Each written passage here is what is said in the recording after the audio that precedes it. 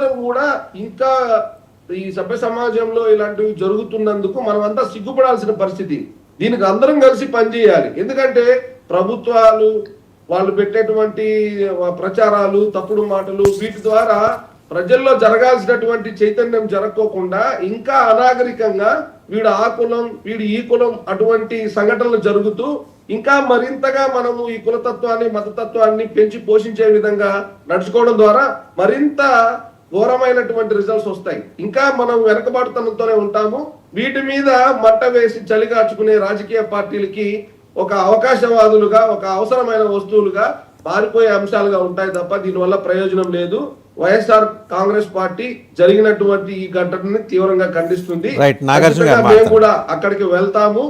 దళితుల పట్ల జరుగుతున్న, దళితులే కాదు ఎవరైనా కానీ, ఇప్పుడు అగ్రవర్ణాలండి ఎవరు లేరండి. నేను మళ్ళీ చెప్తున్నాను, ఇతర కులాలు అగ్రవర్ణాలైన మాట